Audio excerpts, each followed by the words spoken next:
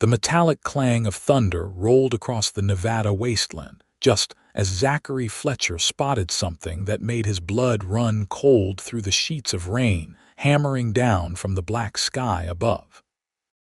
His horse whinnied nervously beneath him.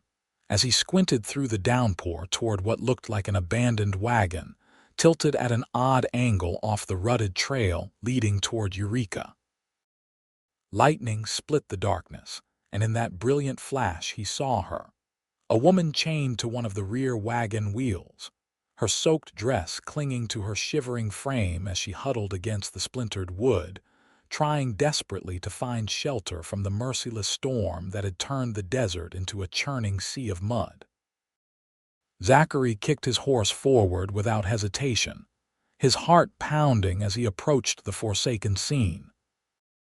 The year was 1878, and he had seen plenty of terrible things in his 26 years riding through the territories. But this sight struck something deep in his chest that made his jaw clench with fury at whoever had done this to another human being. As he drew closer, he could see the woman was young, maybe early 20s, with dark hair plastered to her pale face and her wrists raw and bleeding where heavy iron shackles bound her to the wheel. "Hold on," he shouted over the roar of the storm as he swung down from his mount. His boots hit the mud with a splash and he rushed toward her, pulling his Colt revolver from its holster. The woman's eyes went wide with fear and she tried to shrink back against the wagon wheel but had nowhere to go. "Please," she whispered through chattering teeth. "Please do not hurt me." "I am not going to hurt you," Zachary said firmly, crouching down beside her to examine the heavy padlocks securing the chains. "I am getting you out of here." He could see the terror and confusion warring in her green eyes as she stared at him, clearly unable to comprehend whether he was friend or foe. Without wasting another second in the freezing rain, Zachary aimed his revolver at the lock and fired. The shot rang out sharp and clear even through the storm, and the lock shattered, pieces of metal flying away into the mud. He holstered his gun and quickly unwound the chains from around her raw wrists, his stomach turning at the sight of the damage they had inflicted. The moment she was free, the woman collapsed forward, and Zachary caught her against his chest. She was ice cold and trembling so violently he worried she might be too far gone already. He shrugged out of his heavy duster coat and wrapped it around her shoulders, pulling the wool tight to try to preserve what little warmth her body still held. "Can you ride?" he asked urgently, knowing they needed to get out of this storm immediately or they would both end up dead. She nodded weakly against him, and he lifted her into his arms, her slight weight feeling fragile as glass as he carried her to his horse. The animal stamped nervously but held steady as Zachary hoisted the woman up into the saddle and then climbed up behind her. He pulled her back against his chest, wrapping one arm around her waist to keep her secure while he took the reins with his other hand. "Stay with me," he said close to her ear. "Eureka is only 3 miles ahead. I will get you somewhere warm." She made a small sound that might have been agreement and leaned heavily against him as he urged his horse forward through the mud and rain. Zachary kept his body curved around hers as much as possible, trying to shield her from the worst of the weather as they rode hard toward town. Each mile felt like 10, and he found himself talking to her constantly, needing to hear her respond so he would know she was still conscious. "What is your name?" he asked over the drumming rain. "Amelia," she managed through her chattering teeth. "Amelia Griffin." "I am Zachary Fletcher." "You are safe now, Amelia. I promise you are safe." The lights of Eureka finally appeared through the darkness like salvation itself, and Zachary steered his horse directly toward the boarding house on the edge of town, run by a widow named Mrs. Carson, who he knew would help without asking too many questions. He pulled up in front of the whitewashed building and practically fell from the saddle in his haste, reaching up to catch Amelia as she slumped forward. He carried her up the steps and kicked at the door with his boot. Mrs. Carson opened it within seconds, her gray hair in a long braid over her shoulder and her eyes going wide at the sight before her. To her credit, she did not hesitate for even a moment before stepping back and ushering them inside. "Upstairs, first room on the right," she said quickly. "I will get hot water and blankets." Zachary took the stairs 2 at a time and shouldered his way into the small but clean room. He laid Amelia gently on the narrow bed and began peeling off his soaked coat from around her shoulders. Her dress was completely drenched, and he knew she needed to get out of it immediately, but he also knew the propriety of the situation. "Mrs. Carson," he called down the stairs, "I need help up here." The older woman appeared moments later with an armful of blankets and quilts. She took one look at Amelia and immediately took charge, shooing Zachary toward the door. "Out," she ordered. "Wait downstairs. I will take care of her." Zachary hesitated, some part of him unwilling to leave Amelia even though he knew Mrs. Carson was right. Finally, he nodded and backed out of the room, closing the door behind him. He stood in the hallway for a long moment with water dripping from his clothes and forming puddles on the wooden floor. His heart was still racing, and his hands were shaking slightly from the adrenaline coursing through his system. He made his way downstairs and stood near the fireplace in the small sitting room, staring into the flames without really seeing them.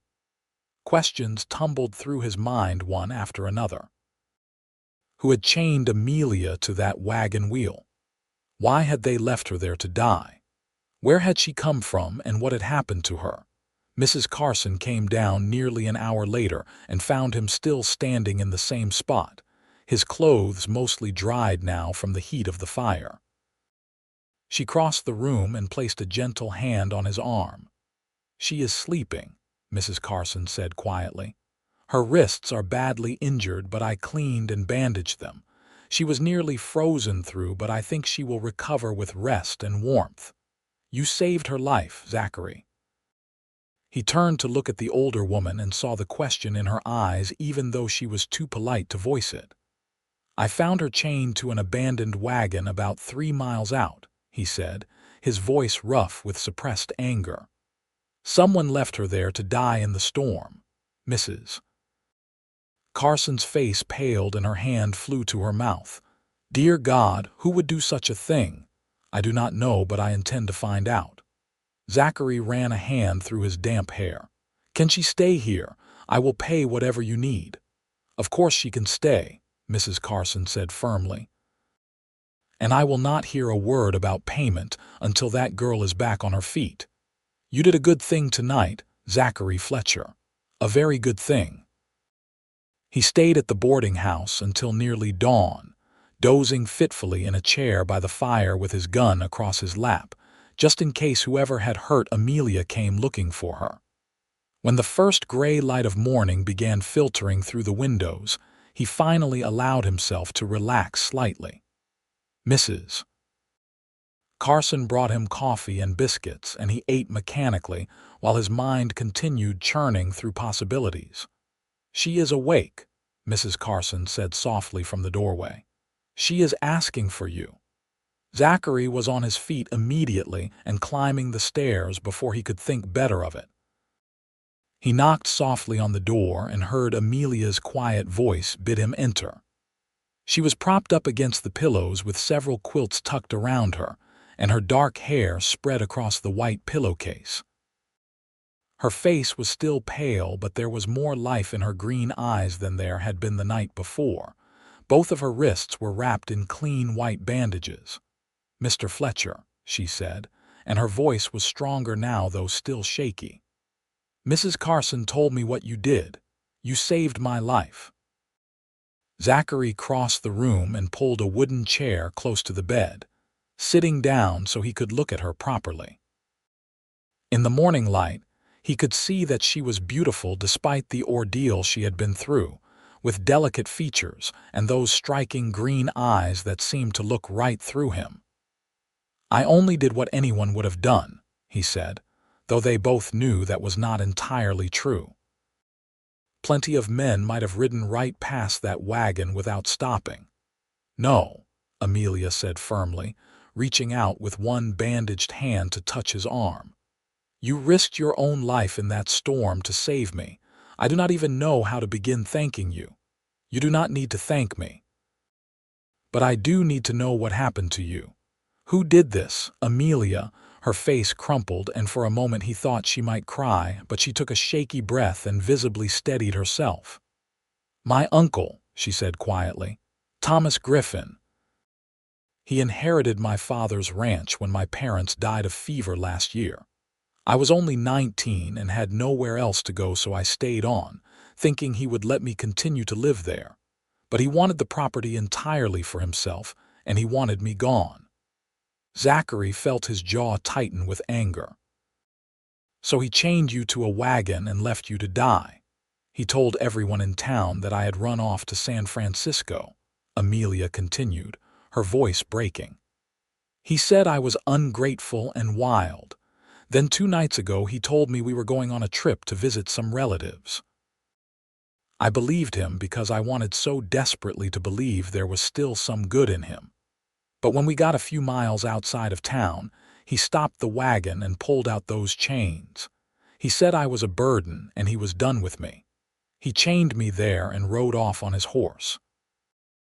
I thought I was going to die out there."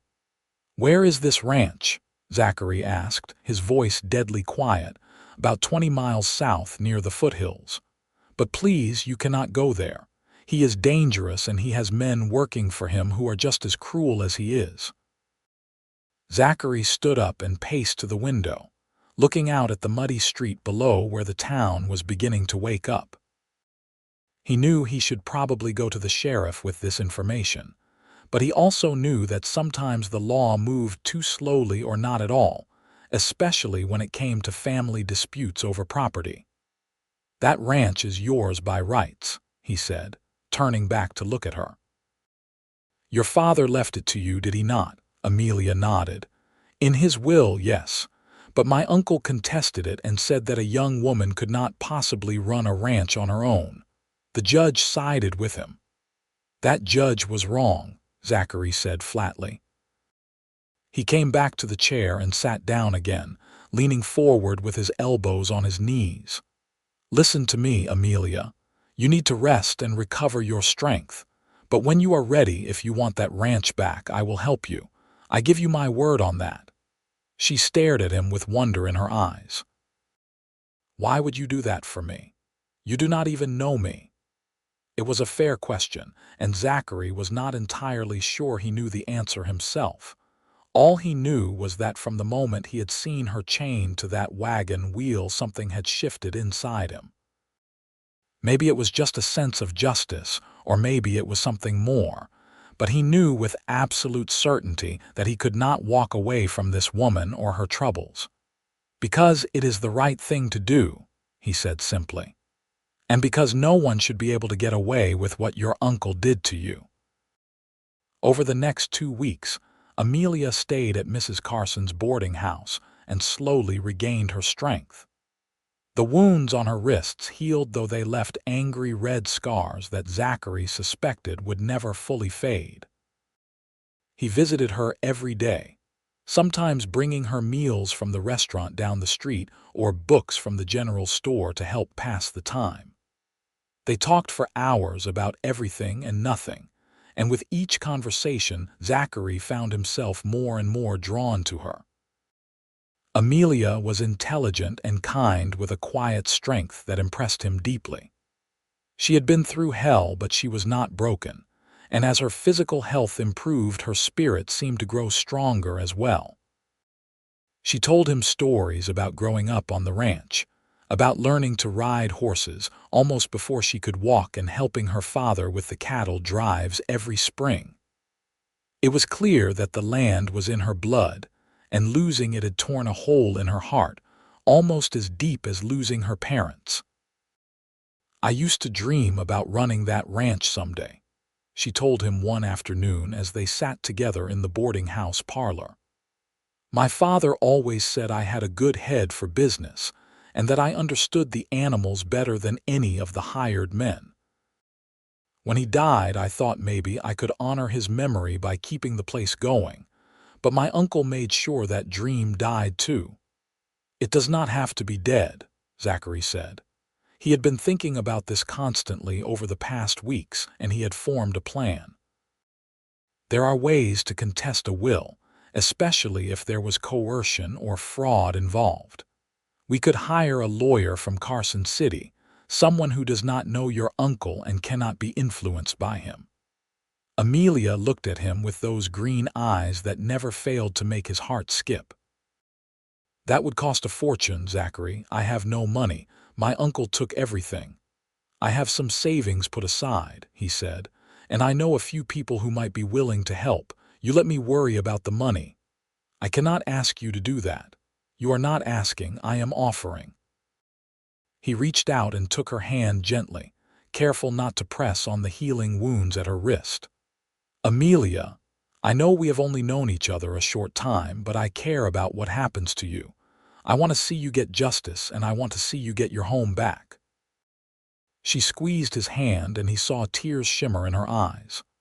I do not understand why fate brought you to me that night, but I thank God every day that it did.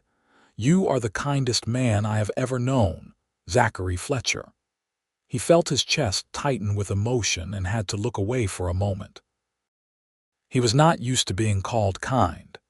Most people who knew him would probably use words like tough or capable or maybe even dangerous when the situation called for it. But when Amelia looked at him, he felt like he could be better than he had been, like he could be the kind of man who deserved her gratitude, and maybe even more than that. 3 weeks after finding Amelia, Zachary rode south toward the Griffin Ranch with a singular purpose. He had sent word ahead through a mutual acquaintance that he wanted to discuss a business proposition with Thomas Griffin regarding the purchase of some cattle. It was a lie, but it would get him onto the property without immediately raising suspicions. He wanted to see this man for himself, and he wanted to look him in the eye while knowing what he had done.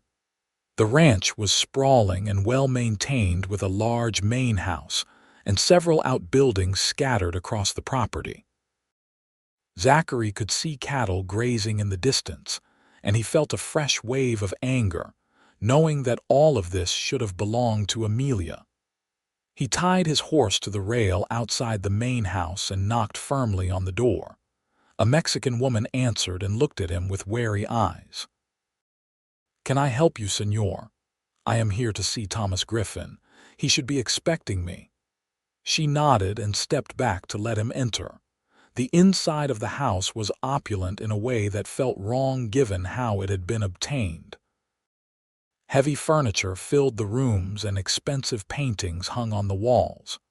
Zachary waited in what appeared to be a study until Thomas Griffin himself appeared in the doorway. The man was in his late 40s with graying hair and a thick mustache. He was well-dressed and carried himself with the confidence of someone who was used to getting his own way. When he saw Zachary, he smiled broadly and extended his hand. "Mr. Fletcher, I presume? Please, sit down. I understand you are interested in purchasing some cattle." Zachary shook his hand even though it made his skin crawl and sat in one of the leather chairs across from the large desk. "Actually, Mr. Griffin, I am afraid I was not entirely honest about my reasons for coming here." The smile faded from Griffin's face, and his eyes narrowed with suspicion. "Oh, then why are you here?" "I am here because I want to talk to you about your niece, Amelia Griffin." The change in Griffin's demeanor was immediate and dramatic. His face went red and he stood up so quickly his chair scraped loudly against the floor. "That ungrateful girl, what about her?" "Did she finally turn up somewhere?" "She did," Zachary said, keeping his voice carefully neutral even though he wanted to leap across the desk and throttle the man. "I found her chained to a wagon wheel in a rainstorm about 3 miles outside of Eureka. She nearly died." For just a moment, something that might have been fear flashed across Griffin's face, but it was quickly replaced by anger. "I do not know what lies she has told you, but that girl is disturbed. She ran away and I have been searching for her ever since. If someone hurt her, it certainly was not me." "Do not insult my intelligence," Zachary said coldly. "I know exactly what you did. You tried to kill your own niece so you could keep this ranch that rightfully belongs to her. You are a coward and a criminal, Thomas Griffin." Griffin's hand moved toward the drawer of his desk, but Zachary was faster. He had his Colt out and pointed at Griffin's chest before the older man could even get the drawer open. "I would not do that if I were you," Zachary said quietly. "Now sit down and listen to what I have to say." Griffin slowly lowered himself back into his chair, his face pale now beneath the earlier flush of anger. "You cannot prove anything. It is her word against mine, and everyone in this territory knows that girl was always trouble." "Maybe," Zachary conceded. "But I think a judge might be interested to hear about how she nearly died chained to one of your wagons. And I think people might start asking questions about how convenient it was that she disappeared right when you were consolidating your ownership of this property. You made a mistake leaving her alive, Griffin, and that mistake is going to cost you everything." "What do you want?" Griffin asked through gritted teeth. "I want you to sign over this ranch to Amelia, exactly as her father intended. I want you to pack your things and leave Nevada. And I want you to pray that I never see your face again, because if I do, I will not be so civilized about this conversation." Griffin laughed harshly. "You are insane if you think I am going to just hand over everything I have worked for. You did not work for any of this. You stole it." Zachary stood up, keeping his gun trained on Griffin. "You have 1 week to think about my offer.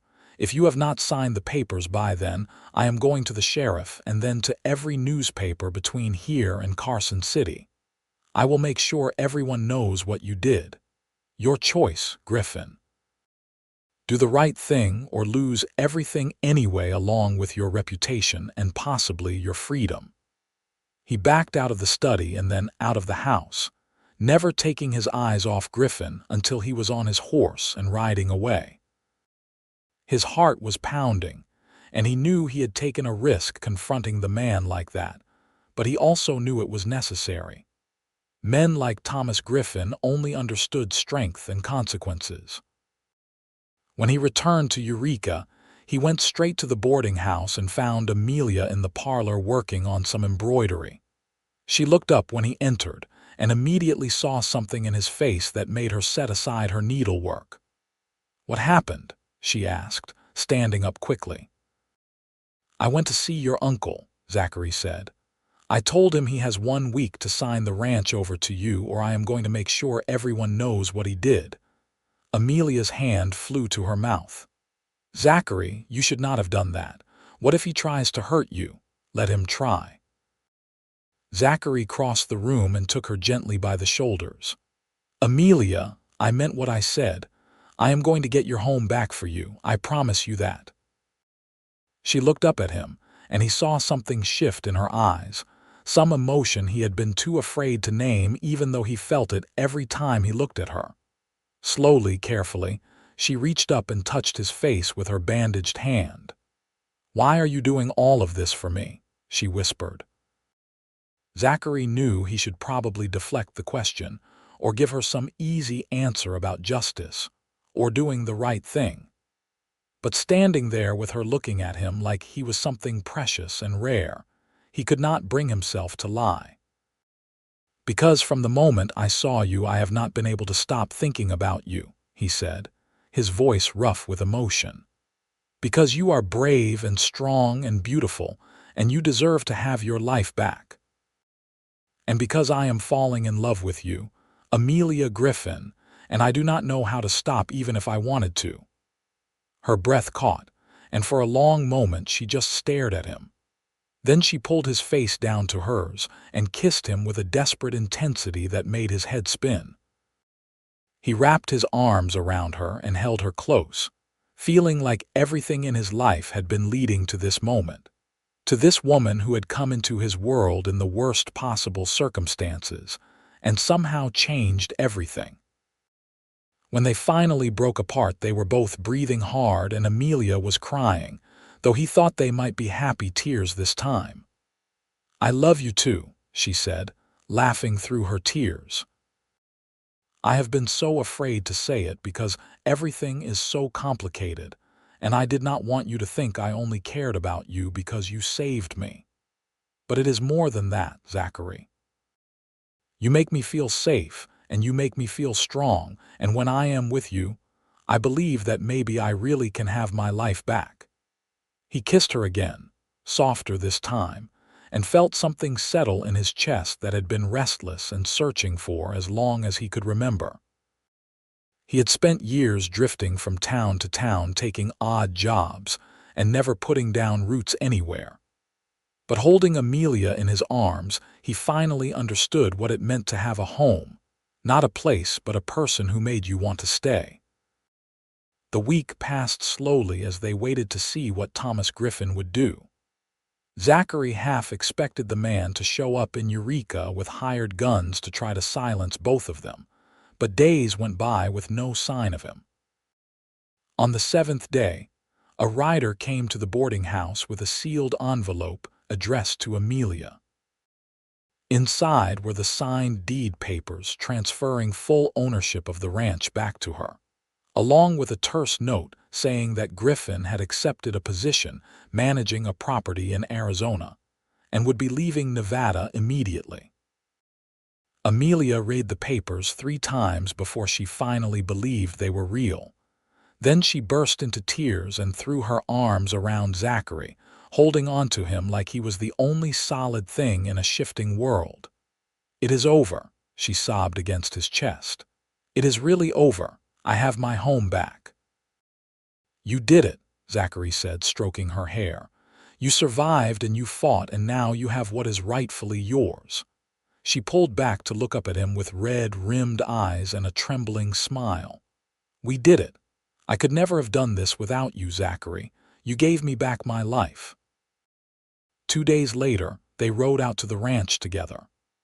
Amelia sat in front of Zachary on his horse with his arms around her waist and her head resting back against his shoulder.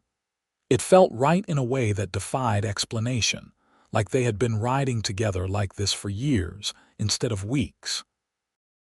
When the ranch came into view, Amelia sat up straighter and he felt tension flow through her body. "It is all right," he murmured against her ear. "He is gone. This is yours now." The Mexican woman who had answered the door during Zachary's first visit came out onto the porch when they rode up. Her eyes went wide when she saw Amelia, and then she was running down the steps with tears streaming down her face. Miss Amelia, you are alive. We all thought you were gone forever." Amelia slid down from the horse and embraced the woman warmly. "I am alive, Rosa, and I am home. Is everyone else still here? See, most of us stayed. We did not want to work for Senor Griffin, but we had nowhere else to go. But now you are back." Rosa looked at Zachary with open curiosity. "Who is this?" "This is Zachary Fletcher," Amelia said, and the pride in her voice made his chest swell. "He saved my life and helped me get my home back. Zachary, this is Rosa. She helped raise me after my mother died." Zachary tipped his hat to Rosa and saw the approval in her eyes as she looked between him and Amelia. "It is a pleasure to meet you, madam." Over the next several weeks, Amelia threw herself into reclaiming her ranch. She met with all the workers who had stayed on and assured them they still had jobs if they wanted them. She reviewed the books and the livestock counts and started making plans for the spring cattle drive. Zachary watched her blossom into the role she had been born to play and felt proud in a way he never had before. He moved into one of the outbuildings on the property, telling himself it was just temporary until he figured out what he was going to do next. But the truth was he could not imagine leaving. Amelia needed help getting the ranch back to full operation, and he was good with horses and cattle. More than that, he simply wanted to be near her. They spent their days working side by side, and their evenings sitting on the porch watching the sun set over the foothills. And slowly, Zachary began to understand what it meant to build a life with someone. 3 months after Amelia reclaimed her ranch, Zachary finally worked up the courage to ask her the question that had been burning in his mind for weeks. They were out riding the property line checking fences when he pulled his horse to a stop on a ridge overlooking the entire spread. Amelia reined in beside him and looked at him questioningly. "Is something wrong?" she asked. "No," he said, and his heart was pounding so hard he was surprised she could not hear it. "Everything is right, actually. That is the problem, or maybe it is not a problem, I do not know. I am not very good at this." She laughed softly and reached over to take his hand. "What are you trying to say, Zachary?" He took a deep breath and met her eyes. "I am trying to say that I want to stay here with you, not just for a few more weeks or months, but forever. I want to help you run this ranch, and I want to wake up next to you every morning, and I want to build a life with you. Amelia Griffin, will you marry me?" Her face lit up with a joy so pure it took his breath away. "Yes," she said immediately, laughing and crying at the same time. "Yes, of course I will marry you. I have been hoping you would ask." He leaned across the space between their horses and kissed her while the Nevada sun beat down on them and the wind whispered through the sage brush. When they finally pulled apart, they were both grinning like fools, and Zachary felt happier than he had ever been in his entire life. They were married in Eureka 6 weeks later in a simple ceremony at the church with Mrs. Carson and Rosa, and all the ranch hands in attendance. Amelia wore a cream-colored dress that Rosa had helped her sew, and Zachary wore his best suit and felt awkward and uncomfortable until he saw Amelia walking down the aisle toward him. Then everything else fell away and there was only her, beautiful and radiant, and choosing him out of everyone in the world to be her partner. The first year of their marriage was not easy. Running a ranch never was, and there were droughts and sick cattle and 100 other problems that cropped up seemingly every day. But they faced everything together, and that made all the difference. Zachary learned the business side of ranching from Amelia, and she learned to trust his instincts about the land and the animals. They complemented each other perfectly, and the ranch began to thrive under their joint management. On their first anniversary, Amelia told Zachary she was pregnant. He was so overwhelmed with emotion he could barely speak, just held her close and buried his face in her hair while she laughed and cried against his shoulder. 9 months later, she gave birth to a healthy baby boy they named Daniel after her father. Zachary held his son for the first time and felt something shift permanently in his heart. He had saved Amelia's life that rainy night 3 years ago, but looking down at the tiny person they had created together, he understood that she had saved him right back. 2 years after Daniel came a daughter they named Sarah, and then 2 years after that another boy they called Thomas, reclaiming the name from Amelia's uncle and giving it a new and better legacy. The ranch house that had once felt cold and wrong under Thomas Griffin's ownership became filled with laughter and love, and the chaos of raising 3 children. On Daniel's 10th birthday, Zachary stood on the porch watching his oldest son trying to lasso fence posts, while Sarah and Thomas chased chickens around the yard. Amelia came out and stood beside him, sliding her hand into his the way she had done 1,000 times before. "Can you believe it has been 13 years since that night?" she asked softly. Zachary turned to look at her and was struck by how beautiful she still was, maybe even more so than the day he had found her.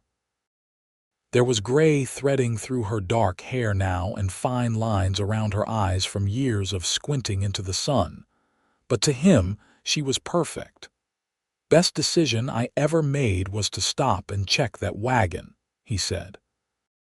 "Best thing that ever happened to me was you shooting that lock and wrapping me in your coat," Amelia replied.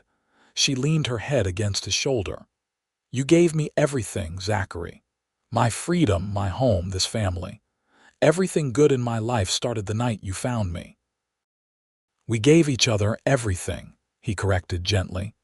"You gave me a reason to stop drifting. You gave me a home and a purpose and a love I never thought I would find. We saved each other, Amelia." She tilted her face up to kiss him, and he wrapped his arms around her, holding her close while their children played in the yard, and the sun set over the land they had built their life on together. It had not been an easy road from that terrible night in the rain to this moment of perfect peace, but every struggle and hardship had been worth it to end up here with her. Years continued to pass in the way they do, marked by seasons and cattle drives and children growing up. Daniel turned out to have his mother's head for business and eventually took over much of the day-to-day management of the ranch. Sarah inherited her father's quiet strength and became an accomplished horsewoman who could outride most of the ranch hands. Thomas was the dreamer of the family, always sketching the landscape and talking about maybe becoming an artist someday. When Daniel was 22, he brought home a young woman named Catherine, who he wanted to marry. Zachary and Amelia gave their blessing, and the wedding was held at the ranch with half the county in attendance. Watching his son pledge his life to another person, Zachary was struck by how quickly time had moved. It felt like just yesterday he had been the one standing at an altar promising to love and cherish Amelia for the rest of his days. "We are getting old," he said to Amelia that night as they lay in bed, listening to the sounds of the celebration still going on outside. "Speak for yourself," she replied, but she was smiling. "I feel exactly the same as I did the day you found me." "Liar," he said fondly, pulling her closer. "But I know what you mean. Sometimes I look at you and I still see that terrified young woman chained to a wagon wheel. But most of the time I just see my wife, the strongest person I have ever known. And I look at you and see the man who gave me back my life," Amelia said softly. "My hero, my partner, my love." They fell asleep wrapped in each other's arms the way they had done for over 30 years, and Zachary dreamed of rain and thunder, and a flash of lightning that illuminated a woman who would change his entire world. More years passed, and the children had children of their own. The ranch house that had once held just Zachary and Amelia was now regularly filled with grandchildren running through the halls and climbing trees and learning to ride horses, just like their parents and grandparents before them. Zachary taught each of his grandchildren how to rope and ride, and Amelia taught them about managing livestock and reading the land. The legacy they had built together was secure and thriving. On their 40th wedding anniversary, the entire family gathered at the ranch for a massive celebration. There were over 30 people present between children and grandchildren, and their various spouses and friends. Zachary looked around the crowded house and felt his throat tighten with emotion. All of this, every single person here, existed because he had made the choice to stop that night in the rain so long ago. "Speech, speech," someone called out, and suddenly everyone was looking at him expectantly. Zachary stood up reluctantly, never comfortable being the center of attention. But Amelia smiled at him encouragingly from across the table, and he found his voice. "I am not much for speeches," he started, and several people laughed. "But I want to say that 40 years ago I was just a drifter with no real purpose or direction. Then one night I found a woman chained to a wagon wheel in the worst rainstorm I had ever seen. I shot the lock and wrapped her in my coat and brought her to safety. And in doing that, she saved me right back. Everything good in my life, Everyone in this room exists because of Amelia. She is the strongest, bravest, most loving person I have ever known, and I thank God every day that fate put me on that trail at exactly the right moment to find her. I love you, Amelia Griffin Fletcher, today and always." There was not a dry eye in the room, and Amelia came to him with tears streaming down her face. They held each other while their children and grandchildren applauded, and Zachary felt complete in a way he never had before finding her. They lived together for many more happy years, watching their family grow and the ranch continue to prosper. They took walks together every evening just like they had done when they were young, moving slower now but still hand in hand. They sat on the porch in rocking chairs and told stories about the old days to grandchildren who listened with wide eyes. They celebrated every anniversary and birthday and achievement together. Two people who had found each other in the darkness and built something beautiful in the light. When Zachary was 78 years old, he developed a cough that would not go away. The doctor came from Eureka and told them gently that his lungs were failing, likely from years of dust and hard work. Amelia refused to accept it at first, insisted there must be something they could do. But Zachary knew his time was coming and he was at peace with it. "I have had a good life," he told her one night as they lay in bed together. "The best life, because I got to spend it with you." "You cannot leave me," Amelia said, her voice breaking. "I do not know how to be in this world without you. You are the strongest person I know," Zachary reminded her gently. "You survived things that would have destroyed other people. You built this ranch into an empire. You raised 3 incredible children. You do not need me to be strong, Amelia." "You never did. But I want you," she whispered. "I have always wanted you, from that first night when you wrapped me in your coat and promised I was safe. You are my heart, Zachary Fletcher." He held her while she cried and memorized the feel of her in his arms, knowing their time together was growing short. When he finally passed, 2 weeks later, it was peaceful, surrounded by his family with Amelia holding his hand and telling him she loved him over and over like a prayer. The funeral was attended by hundreds of people from all over the territory who had been touched by Zachary's quiet kindness and steady presence over the years. They buried him on a hill overlooking the ranch with a simple headstone that read, "Zachary Fletcher, beloved husband, father, and grandfather. He saved her life, and she gave him a reason to live." Amelia grieved deeply, but she did not break. She continued to help run the ranch alongside Daniel, and spent time with her grandchildren and great-grandchildren who were starting to arrive. She told them all stories about their grandfather, about the night he found her and saved her life, and how he had loved her every single day after that with a devotion that never wavered. She lived for 8 more years after Zachary passed, staying active and involved in the ranch until the very end.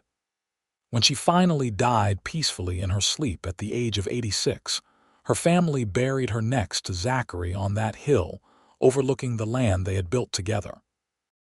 Her headstone read, "Amelia Griffin Fletcher, beloved wife, mother, and grandmother. She was chained, but he set her free." The ranch stayed in the family for generations after that, passed down from parent to child as a living legacy of the love story that had started on a rainy night in 1878, when a cowboy made the choice to stop and help a woman in desperate need. The story of how Zachary shot the lock and wrapped Amelia warm became family legend, told and retold to each new generation as a reminder that sometimes the best things in life come from moments of choice and courage and compassion. And if you visit that ranch even now, more than 100 years later, you can still see those 2 headstones on the hill, side by side, just like the couple who rest beneath them lived their entire lives. 2 people who found each other in the darkness and chose to build something beautiful together. A love that transcended the hardships of their time and created a legacy that would endure for generations. Their story began with chains and rain and a gunshot that shattered a lock, and it ended with a family and a home, and a love that proved stronger than any hardship the Wild West could throw at them.